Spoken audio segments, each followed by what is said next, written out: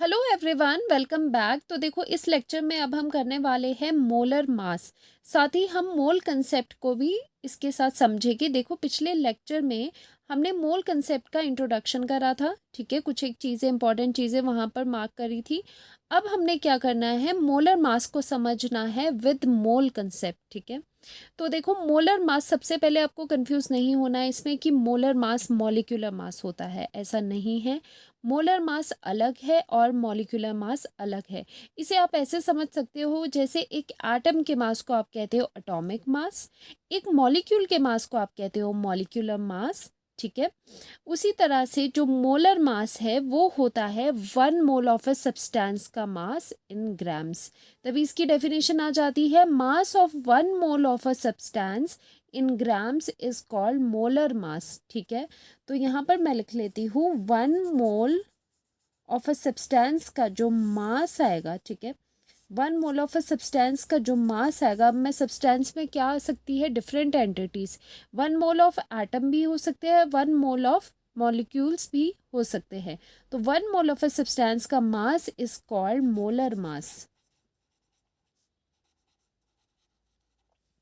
अब देखो, जो मोलर मास होता है या एटॉमिक मास या मॉलिक्यूलर मास होता है, ये सब क्या होते हैं, न्यूमेरिकली इनकी वैल्यूज इक्वल होती है, लेकिन यूनिट्स इनके डिफरेंट होते हैं, ठीक है। लेकिन आपको बाय डेफिनेशन इसको ध्यान से समझना है कि मोलर मास क्या होता है। 1 मोल ऑफ अ सब्सटेंस का मास जो कि ग्राम्स में होता है वो होता है मोलर मास, ठीक है। अब आता है मोल कंसेप्ट। पीछे मोल कंसेप्ट में अगर आपको ध्यान हो तो हमने क्या करा था, 1 मोल में कितनी एंटिटीज होते हैं, मतलब कितने एटम्स या मॉलिक्यूल्स होते हैं, वो होते हैं Na, ठीक है। Na क्या होता है, एवोगैड्रोस नंबर, या फिर इसे लिख सकते हैं 6.022 इंटू 10⁻23 एटम्स या फिर मॉलिक्यूल्स, ठीक है। यही था कि 1 मोल में कितने एटम्स या मॉलिक्यूल्स होते हैं, Avogadro number of atoms and molecules होते हैं। और एवोगैड्रो नंबर कितना होता है, 6.022 इंटू 10⁻23। इसका मतलब, अगर 1 मोल का mass is called molar mass, that means 6.022 into 10⁻23 entities का जो मास होगा in grams, that is also called molar mass, ठीक है। तो हो गया ना, molar mass and mole concept को हमने यहाँ पर ज्वाइन कर लिया। 1 मोल का mass is called molar mass and इतनी एंटिटीज का मास भी क्या हो गया फिर, मोलर मास, ठीक है। अब हम केसेस कर लेते हैं। सबसे पहला केस हम एटम्स का लेंगे, ठीक है। हम क्या करेंगे, एक पर्टिकुलर एटम ले लेते हैं, जैसे हमने यहाँ पर लिया है कार्बन एटम। अब हम निकालेंगे molar mass of the carbon atom, ठीक है।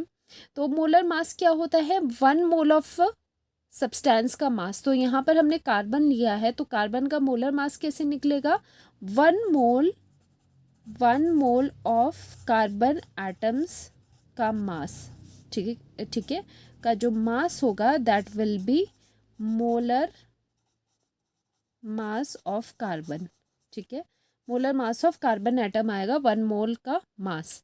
तो 1 मोल में कितने एटम्स हो गए, by mole concept we know that कि 1 मोल ऑफ कार्बन एटम कितने होते हैं, 6.022 इंटू 10⁻23 कार्बन एटम्स। 1 मोल में इतने कार्बन एटम्स है, मतलब आपको इतने कार्बन एटम्स का मास निकालना है, वो कहलाएगा मोलर मास। अब क्वेश्चन आता है कि इतने एटम्स तो आपके पास आ गए, लेकिन आपको सिंगल एटम का मास अब फाइंड करना है। तो आप लिखोगे मास of 1 carbon atom, 1 carbon atom. पिछले लेक्चर में भी हमने इसे बहुत ही थॉरोली करा है। देखो, मैं शॉर्ट में बता देती हूँ। यहाँ पर कार्बन में क्या होता है, एटम में इलेक्ट्रॉन, प्रोटॉन एंड न्यूट्रॉन होते हैं। Since electrons are very very light, तो उनका जो मास होता है वो निग्लिजिबल होता है, इसलिए मास कैलकुलेशन में हम इलेक्ट्रॉन्स को कंसीडर नहीं करते। एंड सिंस कार्बन में कितने होते हैं, 6 प्रोटॉन्स एंड 6 न्यूट्रॉन्स, ठीक है। तो उनके मासेस यहाँ पर आएंगे। और क्या होता है, mass of neutron equals to होता है मास ऑफ प्रोटॉन, ठीक है। तो हम यहाँ पर क्या कर देते हैं, 6 + 6 जो हो जाएगा 12, ठीक है, क्योंकि प्रोटॉन 6 थे, न्यूट्रॉन 6 थे और दोनों के मासेस सेम है, इसलिए हमने प्लस करके 12 यहाँ पर लिख लिया, ठीक है। और साथ ही क्या होगा, एक न्यूट्रॉन का मास या फिर आप कह सकते हो एक प्रोटॉन का मास कितना होता है, वो होता है, आपको लर्न होनी चाहिए वैल्यू, 1.66 इंटू 10⁻⁻24 ग्राम्स। ठीक है, चलो ये तो हो गया mass of one carbon atom. ठीक है, अब हम लिखते हैं सो मास ऑफ Na एटम्स। ठीक है, मैं इस वैल्यू को शॉर्ट में क्या लिख रही हूँ, Na, क्योंकि ये एवोगेड्रो नंबर है तो इससे डिनोट कर रही हूँ। Mass of Na carbon atom कितना हो गया, that is equal to 12 into 1.66 into 10⁻⁻24 multiplied by Na की कितनी वैल्यू होती है 6.022 इंटू 10⁻23। ठीक है, इतने ग्राम्स। तो जब आप सॉल्व करोगे तो इस पूरे टर्म की वैल्यू कितनी आएगी मल्टीप्लिकेशन के बाद 1। ठीक है, तो आपके पास आंसर क्या आ जाएगा यहाँ पर 12 ग्राम्स। अब 12 ग्राम्स क्या निकला, 12 ग्राम निकला मोलर मास। ये निकला आपके पास molar mass of carbon. Carbon के केस के लिए मोलर मास निकला 12 ग्राम्स। ठीक है, अब एक और चीज़, अब मैं आपसे पूछती हूँ कि एक कार्बन एटम का एटॉमिक मास कितना होता है, बताओ कितना होता है 12 AMU atomic mass of carbon. हम ये चीज़ कार्बन के लिए कर रहे हैं तो वो कितना होता है 12 AMU। अब यहाँ पर ध्यान से देखो कि molar mass and atomic mass of carbon क्या है, न्यूमेरिकली इनकी वैल्यू इक्वल है जो कि होगी 12। ठीक है, न्यूमेरिकली ये वैल्यूज़ इक्वल है लेकिन इनके जो यूनिट्स है वो डिफरेंट है। ठीक है, अब हम देखते हैं मॉलिक्यूल का केस। मॉलिक्यूल में हम पर्टिकुलर एग्जांपल लेते हैं नाइट्रोजन मॉलिक्यूल का। ठीक है, एंड वी नो दैट कि मोलर मास क्या होता है, मोलर मास होता है 1 मोल का मास। अब यहाँ पर since we are dealing with molecule तो हम लेंगे 1 मोल ऑफ मॉलिक्यूल्स। ठीक है, तो 1 मोल में कितने मॉलिक्यूल्स होंगे Na मॉलिक्यूल्स, और Na कितना होता है 6.022 इंटू 10⁻23 मॉलिक्यूल्स। ठीक है, तो अब हम क्या करेंगे कि mass of one nitrogen molecule निकालेंगे। ठीक है, मॉलिक्यूल, और मॉलिक्यूल के मॉलिक्यूलर मासेस कैसे निकलते थे, एटम्स की ही एटॉमिक मासेस को हम प्लस करते थे। वैसे ही यहाँ पर 2 एटम्स है इसलिए हम 2 से यहाँ पर मल्टीप्लाई कर देंगे। ठीक है, अब क्या होता है नाइट्रोजन में वैसे ही 7 प्रोटॉन्स एंड 7 न्यूट्रॉन्स है, और mass of protons and neutrons दोनों ही क्या होते हैं बराबर होते हैं, इसलिए हम यहाँ पर 7 + 7 क्या कर लेते हैं 14 into one of the masses को मल्टीप्लाई करेंगे, या तो प्रोटॉन का मास या न्यूट्रॉन, क्योंकि वो क्या होता है प्रोटॉन एंड न्यूट्रॉन के मासेस सेम होते हैं। और क्या वैल्यू होती है उनकी 1.66 इंटू 10⁻⁻24। हम इसे यहाँ पर मल्टीप्लाई कर देंगे 1.66 इंटू 10⁻⁻24 ग्राम्स। ठीक है, ये आ गया आपके पास मास ऑफ 1 नाइट्रोजन मॉलिक्यूल। लेकिन हमें मास कितने मॉलिक्यूल्स का चाहिए, Na मॉलिक्यूल्स का। सो मास ऑफ 1 मोल, या फिर आप लिख सकते हो 1 मोल ऑफ मॉलिक्यूल्स का मास कितना होगा, ये पूरा 1 मॉलिक्यूल का मास लिखोगे और उसमें कितना नंबर मल्टीप्लाई करोगे एवोगैड्रो, बिकॉज 1 मोल में कितने मॉलिक्यूल्स होते हैं Na, तो आप कर दोगे 6.022 इंटू 10⁻23। ठीक है, ये ग्राम्स में चल रहा है यहाँ पर। ठीक है, इतना आ गया। अब ऑन सॉल्विंग ये वाली वैल्यू आ जाती है 1, कैलकुलेट करने के बाद ये रहा 28 ग्राम्स। अब ये क्या चीज़ यहाँ पर आई है आपके पास, ये आया है मोलर मास, क्योंकि कैलकुलेशन किसकी कर रहे हो, नाइट्रोजन मॉलिक्यूल का मोलर मास निकला है इतना। एंड वी नो दैट कि मॉलिक्यूलर मास, अब देखो ये क्या है, ये मॉलिक्यूल है, इसलिए यहाँ पर हम क्या लिखेंगे molecular mass. Molecular mass of nitrogen कितना होता है, वो भी होता है 28 AMU।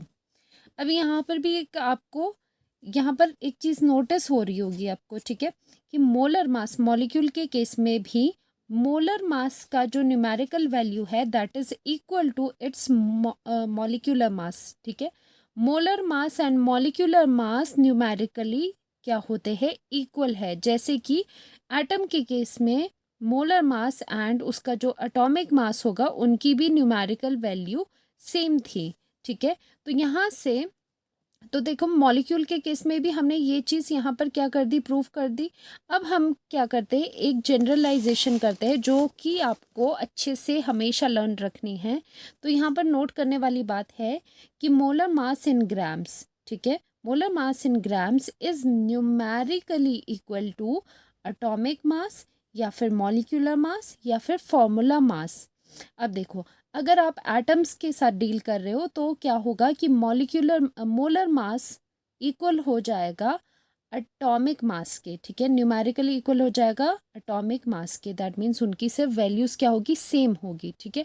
अगर आप मॉलिक्यूल्स के साथ डील कर रहे हो तो उन मॉलिक्यूल्स के केस में मॉलिक्यूल्स के मोलर मास इक्वल हो जाएंगे उनके मॉलिक्यूलर मास से, ठीक है, न्यूमेरिकली वैल्यूज़ इक्वल होगी। और फॉर्मूला मास, अगर आपको ध्यान हो, फॉर्मूला मास कहाँ पर हम करते हैं, हम करते हैं आयनिक कंपाउंड्स में आता है फॉर्मूला मास। तो आयनिक कंपाउंड्स में भी जो उनका formula mass and molar mass की वैल्यू होगी वो इक्वल होगी, ठीक है। तो ये ही यहाँ पर क्या इम्पॉर्टेंट हमने जनरलाइजेशन कर ली, और इसका जो प्रूफ था वो पीछे मैंने आपको दे दिया था। हमने एटम का केस भी करा, हमने मॉलिक्यूल का भी केस करा। एटम के केस में मोलर मास इक्वल आया था एटॉमिक मास के, एंड जब हमने मॉलिक्यूल का केस लिया उस केस में मोलर मास इक्वल आया था किसके, मॉलिक्यूलर मास के, ठीक है। अब देखो, जैसे एटम होता है, ठीक है, तो एटम में क्या होता है, एटम का होता है एटॉमिक मास, ठीक है, एक एटम का मास होता है एटॉमिक मास।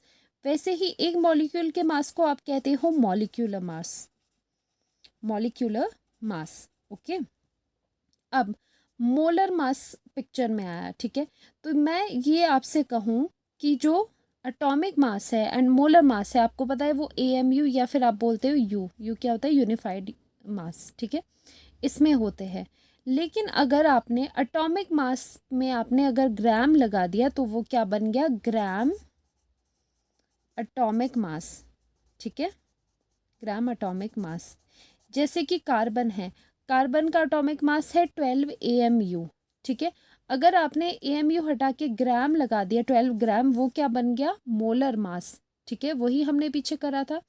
तो आपने एटॉमिक मास में अगर आप ग्राम लगा देते हो तो वो बन जाता है ग्राम एटॉमिक मास, जिसे आप कहते हो GA, शॉर्ट में हम इसे लिखते हैं GAM, ठीक है। तो ये जो GAM है वो क्या हो गया, ये भी होता है मोलर मास, ठीक है। तो जो मोलर मास है उसके दूसरे नेम्स क्या होते हैं, एटम के केस में मोलर मास को कई बार हम उसका ग्राम एटॉमिक मास भी कहते हैं, और मॉलिक्यूल के केस में हम क्या कहते हैं, gram molecular mass, molecular mass. और शॉर्ट में क्या लिख सकते हो आप इससे, GMM। तो देखो, जो ये GMM एंड GAM है, ये दोनों ही क्या है, other names of molar mass, दोनों को ही हम मोलर मास कहेंगे। In case of atom molar mass क्या होता है, ग्राम एटॉमिक मास, ठीक है। In case of molecule molar mass को क्या कह सकते हो, ग्राम मॉलिक्यूलर मास, ठीक है। अब जितना भी हमने चीज़ें इस लेक्चर में पढ़ी है उसको हम इस चार्ट में समराइज करते हैं, ठीक है। बेसिकली आपको ये चार्ट ही फाइनली लर्न करना है, बाकी अंडरस्टैंडिंग के लिए है, और बाकी आपको ये लर्न करना है, इसी से आपके न्यूमेरिकल सॉल्व होंगे, ठीक है। अब देखो, पीछे हमने मोल कंसेप्ट में ये तो करा था कि 1 मोल कितने के इक्वल होता है, 1 मोल इक्वल्स टू 6.022 इंटू 10⁻23 एंटिटीज, चाहे वो एटम्स हो चाहे वो मॉलिक्यूल्स हो, ठीक है। लेकिन मोलर मास क्या होता है, सबसे पहले मोलर मास में क्या आएगा, मोलर मास होता है मास ऑफ 1 मोल, ठीक है, mass of 1 mole is molar mass. पहला रिलेशन ये आगे हमने करा था। अब मास किसका हो सकता है, 1 मोल ऑफ एटम्स भी हो सकते हैं, 1 मोल ऑफ मॉलिक्यूल्स भी हो सकते हैं, अगर एटम्स है, ठीक है। अगर आप एटम्स के साथ डील कर रहे हो तो मोलर मास की दूसरी डेफिनेशन आप क्या लिखते हो, ग्राम एटॉमिक मास, ठीक है। तो मोलर मास को आप एटम्स के केसेस में कहते हो ग्राम एटॉमिक मास, जिसे आप कहते हो GAM। तो मोलर मास क्या कहलाता है, gram atomic mass in case of atoms, ठीक है। वैसे ही मॉलिक्यूल्स के केस में अगर आप मॉलिक्यूल्स के साथ डील कर रहे हो तो उस केस में जो ग्राम मॉलिक्यूलर मास होगा, ग्राम मॉलिक्यूलर मास होगा वो कहलाएगा मोलर मास, ठीक है। तो इसे हम क्या लिखते हैं, GMM। तो देखो, molar mass gram atomic mass भी होता है और molar mass gram molecular mass भी होता है, डिपेंडिंग अपॉन एटम है या फिर मॉलिक्यूल है, ठीक है। और साथ ही अगर मोलर मास है mass of 1 mole and we know that 1 mole में बाय मोल कंसेप्ट 1 मोल में कितनी एंटिटीज होती है 6.022 into 10⁻23। So mass of 1 mole is molar mass. In other words आप लिख सकते हो कि मोलर मास क्या होता है, मास ऑफ 6.022 इंटू 10⁻23 एंटिटीज, ठीक है। मैंने यहाँ पर एंटिटीज इसलिए लिखा है, इट कैन बी एटम्स और मॉलिक्यूल्स। तो अगर मास ऑफ इतने एटम्स हुआ तो वो मोलर मास कहलाएगा, और वो ही क्या होगा, ग्राम एटॉमिक मास भी होगा। अगर मास ऑफ इतने मॉलिक्यूल्स होगा तो वो मोलर मास होगा, और साथ ही में वो ग्राम मॉलिक्यूलर मास भी होगा। तो ये सब चीज़ें क्या है, इंटरलिंक्ड है। तो इस चार्ट से आपको अच्छे से ये चीज़ें समझ आ गई होगी, है ना। अब क्या करते हैं, अब एग्जाम्पल की तरफ चलते हैं, एग्जाम्पल समझ लेते हैं ज़रा। देखो मैंने यहाँ पर चार्ट में क्या किया है, एक साइड पे एटम्स या फिर मॉलिक्यूल्स लिए हैं, ठीक है। ये मिक्स है, कहीं पर एटम्स है, कहीं मॉलिक्यूल्स है, ठीक है। दूसरे कॉलम में हमने लिए हैं उनके एटॉमिक मासेस, एटम्स है तो उनके एटॉमिक मासेस, एंड मॉलिक्यूल्स है तो उनके मॉलिक्यूलर मासेस, और वो किस में होते हैं, AMU में। और थर्ड कॉलम में हमने लिया है मोलर मास, ठीक है। अब आपको निकालना है, अब देखो कार्बन का आपको एटॉमिक मासेस तो आपको पता होगे, ठीक है। तो कार्बन का कितना होता है एटॉमिक मास, 12 AMU, ठीक है।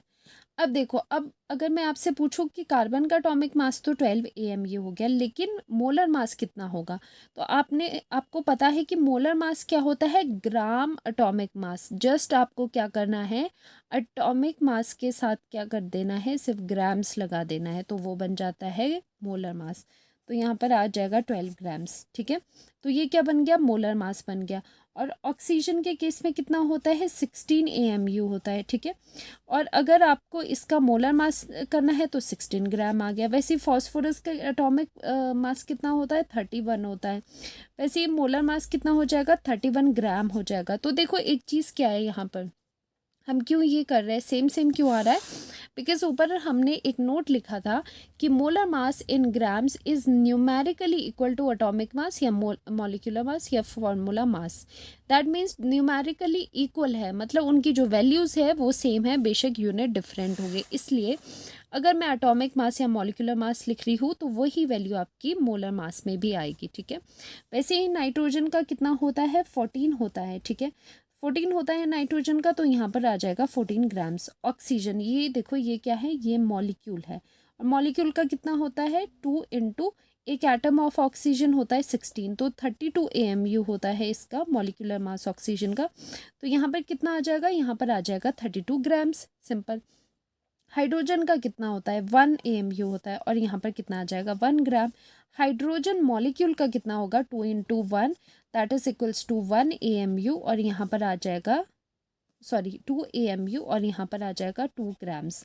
नाइट्रोजन मॉलिक्यूल है, 2 इंटू 1 नाइट्रोजन एटम का कितना होता है मास, 14, तो पूरे मॉलिक्यूल का कितना हो गया, 28 AMU। और अगर मोलर मास है, क्योंकि ये है मॉलिक्यूलर मास नाइट्रोजन का, अगर मॉलिक्यूलर मास से आपको मोलर मास निकालना है तो वो क्या हो जाता है, ग्राम मॉलिक्यूलर मास। जस्ट क्या करते हो, उसकी वैल्यू में ग्राम लगा देते हो, और वो आ जाती है वैल्यू ऑफ मोलर मास। अब यहाँ पर देखो कि सभी में एटॉमिक मास या मॉलिक्यूलर मास की जो वैल्यूज़ है वो क्या है, मोलर मास से बिल्कुल ही इक्वल है, ठीक है। देखो कितनी सेम है ये। सो न्यूमेरिकली जो वैल्यूज़ होती है वो इक्वल होती है, ये यहाँ से आपको ध्यान में रखना है, ठीक है। तो इस लेक्चर को मैं यहीं पर एंड करती हूँ, और लास्ट में मैं ये कहूँगी कि ये जो चार्ट हमने यहाँ पर किया है इसे अच्छे से कर लेना। इस पूरे लेक्चर में सबसे मेन चीज़ ये चार्ट है जिसपे हमने पूरा समराइज़ करा है लेक्चर को, तो ये अच्छे से कर लेना। बाकी इस वीडियो में इतना ही, मिलते हैं नेक्स्ट वीडियो में। टिल देन अपना ख्याल रखिए, अच्छे से पढ़ाई कीजिए, बाय बाय।